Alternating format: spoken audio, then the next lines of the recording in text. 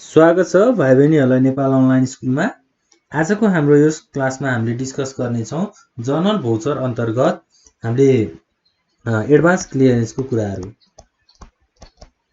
Advance clearance अब advance clearance भित्र चाहिँ हामीले अब अघिल्लो क्लासहरुमा के डिस्कस गरेका छौँ भन्दा अब एडभान्स दिएको भन्दा खर्च कम आयो अथवा खर्च बढी भयो भने के गर्ने भन्ने कुराहरू चाहिँ हामीले डिस्कस गरेका थियौँ। अब आजको क्लासमा चाहिँ हामीले के डिस्कस गर्छौँ भन्दा if the whole advance amount is return हैन। अब कुनै बेला चाहिँ कस्तो हुन सक्छ भने एउटा गभर्नमेन्ट अफिसरले एडभान्समा पैसा लिएको हुन सक्छ काम गर्नको लागि हैन, तर उसले एडभान्समा पैसा त लियो गभर्नमेन्टबाट, तर उसले काम गर्न सकेन। जस्तै उ बिरामी भयो भने चाहिँ अब उसले के गर्नुपर्छ त, त्यो एडभान्स लिएको पैसा त गभर्नमेन्टलाई फिर्ता गर्नुपर्छ हैन।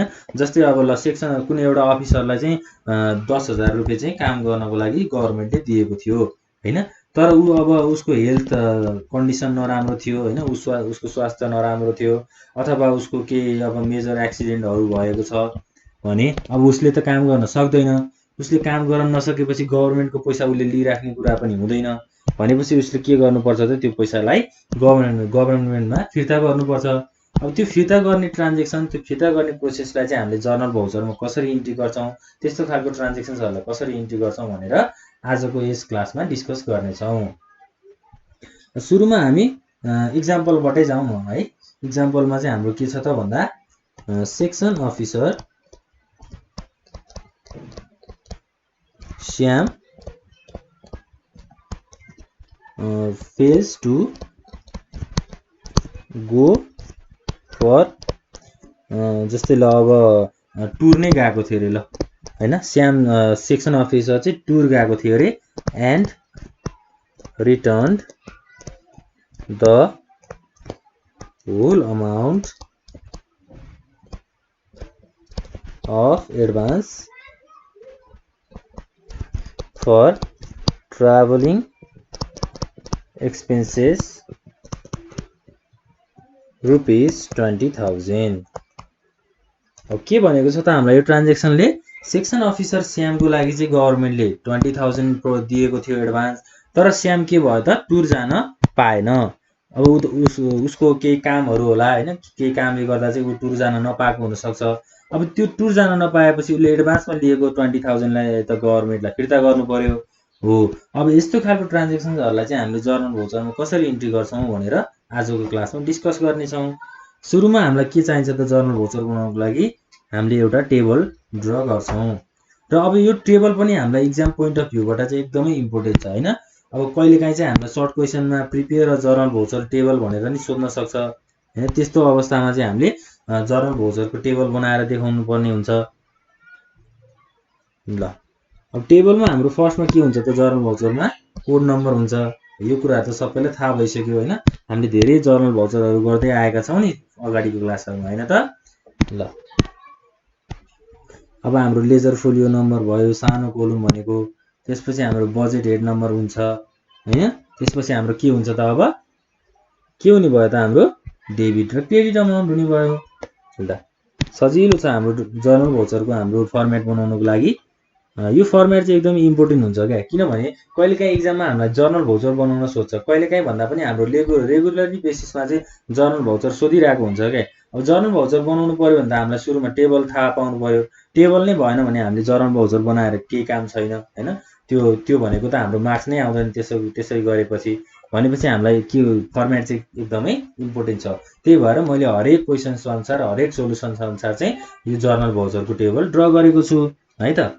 ल अब हाम्रो के हुन्छ त, हामीले सुरुमा हेडिङ लेख्नु पर्ने हुन्छ गभर्नमेन्ट अफ नेपाल। जहिले पनि हामीले जर्नल भोचर बनाउँदा हेडिङ लेख्नु पर्यो। त्यसपछि हाम्रो अफिस अथवा डिपार्टमेन्ट अथवा मिनिस्ट्री र हाम्रो जर्नल भोचरको एजिएफ नम्बर कति हुन्छ त, 10 हुन्छ। त्यसपछि हाम्रो जर्नल भोचर नम्बर भयो र डेट। जर्नल भोचर नम्बरमा चाहिँ हामीले 1 लेख्न सक्यौँ हैन, किनभने हाम्रो यो पहिलो ट्रान्जेक्सन हो। फर्स्ट ट्रान्जेक्सनलाई हामीले जर्नल भोचर नम्बर 1 लेख्न सक्छौँ। डेटमा चाहिँ हाम्रो कुनै पनि डेट हाम्रो ट्रान्जेक्सनमा नदिएको हुनाले हामीले डेटमा केही पनि लेख्दैनौँ अहिले। अब कोड नम्बरको कुराहरू भयो फर्स्ट हैन। त्यसपछि हाम्रो पार्टिकुलर्स, त्यसपछि laser folio number, budget head number, debit amount र क्रेडिट अमाउन्ट। ल अब माथिको ट्रान्जेक्सनलाई हामीले कसरी रेकर्ड गर्छौं त? अब श्यामले पैसा रिटर्न गरेको छ हैन, श्यामले चाहिँ पैसा फिर्ता गरेको छ भनेपछि कसलाई फिर्ता गर्छ त? अब उसले गभर्नमेन्टलाई फिर्ता गर्छ। गभर्नमेन्टलाई फिर्ता गर्दाखेरि पैसा कहाँ जान्छ त? ब्याङ्कमा जान्छ। गभर्नमेन्टको कामहरु सबै कसले गरिरहेको हुन्छ त? एनआरबी ब्याङ्कले गरिरहेको हुन्छ, नेपाल राष्ट्र ब्याङ्कले गरिरहेको हुन्छ। भनेपछि श्यामले पैसा कहाँ तिर्छ त? अब नेपाल राष्ट्र ब्याङ्कमा तिर्छ। नेपाल राष्ट्र ब्याङ्कले के गर्छ त? पैसा लिन्छ, पैसा पायो भनेपछि के हुन्छ त? हाम्रो डेबिट, हाम्रो क्याश अथवा हाम्रो एनआरबी ब्याङ्क हैन, एनआरबी ब्याङ्कले क्याश पाएको छ। त्यसपछि हाम्रो क्रेडिटमा के हुन्छ त भन्दा हाम्रो कसले दिएको छ त पैसा? Section officer Shyam clear advance. श्यामले पैसा फिर्ता दिएको छ। कति छ त हाम्रो? 20,000। ल यसरी चाहिँ हामीले ट्रान्जेक्सन्सहरुलाई चाहिँ रेकर्ड गर्छौं है त। अब हाम्रो ट्रान्जेक्सन्सहरु, अब एडभान्स दिएको पैसाहरु रिटर्न आयो भने चाहिँ हामीले यसरी ट्रान्जेक्सन्सहरुलाई इन्ट्री गर्छौं। अब हाम्रो भाउचर बनाइसकेपछि के गर्नुपर्छ त? हामीले रिसिप्ट नम्बर, त्यसपछि हाम्रो अमाउन्ट रिसिप्ट, त्यसपछि हाम्रो यता चेक नम्बर हुन्छ र चेक अमाउन्ट हुन्छ। अब ब्याङ्कले कति पाएको छ त? 20,000 पाएको छ भनेपछि हामीले 20,000 ओन्ली। यसरी चाहिँ हामीले जर्नल भाउचर प्रिपेयर गर्छौं। यो भयो हाम्रो पैसा हाम्रो एडभान्स रिटर्न गरेको कुरा। अब हामीले अर्को के हेर्छौं भन्दा एडभान्स चाहिँ पार्शियली क्लियर गरेको छ भनेपछि एडभान्स चाहिँ आधा आधा अलिअलि पैसा हो। जस्तै हाम्रो 20,000 चाहिँ गभर्नमेन्टले एडभान्स दिएको थियो भने अब उसले 10,000 15,000 गरेर थोरै थोरै गरेर तिर्ने स्टेपलाई हामीले के भन्छौं? पार्शियली क्लियर भनेर भन्छौं। जस्तै हाम्रो के छ त? If amount of advance is cleared partially हैन, पार्शियली भनेको सबै पैसा एकैचोटी नदिकन थोरै थोरै गरेर तिर्ने प्रोसेसलाई हामीले के भन्छौं त? पार्शियली क्लियर्ड भनेर भन्छौं।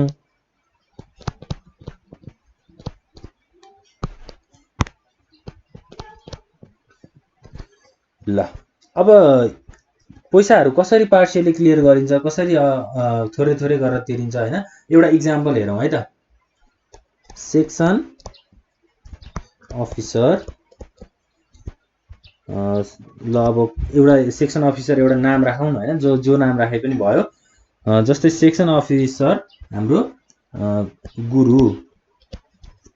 गुरु clear advance of traveling expenses of rupees 20,000 partially submitting expenditure bill of rupees 12,000।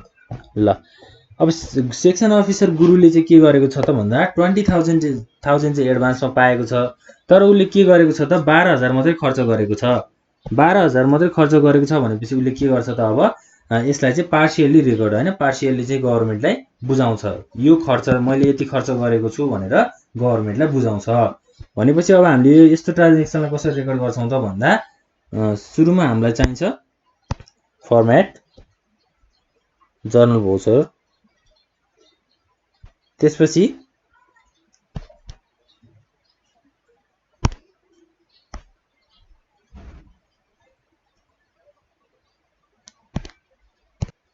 ल हाम्रो फर्स्टमा के हुने भयो त? हाम्रो हेडिङमा government of Nepal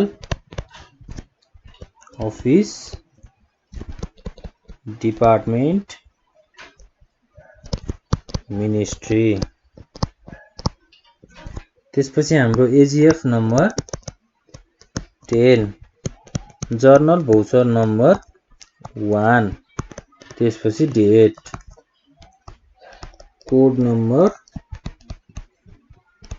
particulars, ledger folio number, budget head number, debit र क्रेडिट। ल अब हामीले ट्रान्जेक्सनलाई चाहिँ कसरी रेकर्ड गर्छौं त? के भनेको छ हाम्रो गुरुले चाहिँ ट्राभलिङ एक्सपेन्सेसको खर्च चाहिँ 12,000 मात्रै निकालेको छ। अहिलेसम्म उसले 20,000 मात्रै, अहिलेसम्म 12,000 को मात्रै खर्च गरेको छ।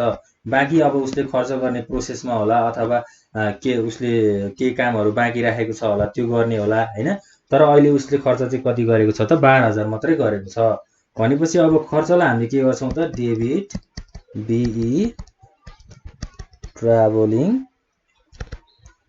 एक्सपेन्सेस कति छ त हाम्रो? 12,000। र हाम्रो ट्राभलिङ एक्सपेन्सेसको बजेट हेड नम्बर कति हुन्छ त? 22612 हैन। ल खर्च चाहिँ उसले 12,000 मात्रै देखाएको छ। क्रेडिटमा हाम्रो के छ त? सेक्सन अफिसर गुरु cleared advance 12,000 being advance cleared। ल अब 20,000 मात्रै मध्ये चाहिँ गुरुले 12,000 मात्रै खर्च गरेको छ। उसले 12,000 को मात्रै बिल गभर्नमेन्टलाई दिएको छ। भनेपछि हामीले त्यो ट्रान्जेक्सनलाई चाहिँ यसरी रेकर्ड गर्छौं हैन। डेबिटमा हाम्रो ट्राभलिङ एक्सपेन्सेस भयो, क्रेडिटमा हाम्रो के भयो त? सेक्सन अफिसर गुरु भयो। ल यसरी चाहिँ हामीले ट्रान्जेक्सन्सहरुलाई चाहिँ अमाउन्ट चाहिँ हाम्रो एडभान्स अमाउन्ट चाहिँ अब पार्शियली क्लियर गरिएको छ भने यसरी रेकर्ड गर्छौं। अब हाम्रो भाउचर बनाइसकेपछि के गर्नु पर्यो त? रिसिप्ट नम्बर, त्यसपछि हाम्रो अमाउन्ट रिसिप्ट, चेक नम्बर हुन्छ हाम्रो र चेक अमाउन्ट। अब यहाँ कुनै बैंकमा हाम्रो अमाउन्टहरु नगएपछि हामीले चेक अमाउन्टमा अमाउन्ट लेखिराख्नु पर्दैन। ल यो भयो हाम्रो सेक्सन अफिसर गुरुले एडभान्स क्लियर गरेको कुराहरु। ल यसरी चाहिँ हामीले जर्नल भाउचरको ट्रान्जेक्सन्सहरुलाई इन्ट्री गर्छौं हैन। सबै खालको ट्रान्जेक्सन्सहरुलाई चाहिँ यसरी इन्ट्री गर्छौं। अब सुरुको क्लासहरु पनि हेर्दै जानु होला हैन। कुनै पनि कुरा नबुझेको भए चाहिँ कमेन्ट बक्समा कमेन्ट गरिदिनु होला र सकेसम्म चाहिँ क्वेशन्सहरु आफ्नो बुकहरुबाट चाहिँ प्र्याक्टिस गर्नु होला। कुनै पनि समस्याहरु आएमा हामीलाई भन्नु होला, हामी हेल्प गर्छौं हैन। आजको क्लास चाहिँ अब हाम्रो यही इन भएको छ। हाम्रो टपिकहरु सबै क्लियर भएको छ। यति भन्दै आजको क्लास यही इन हुन्छ। Thank you.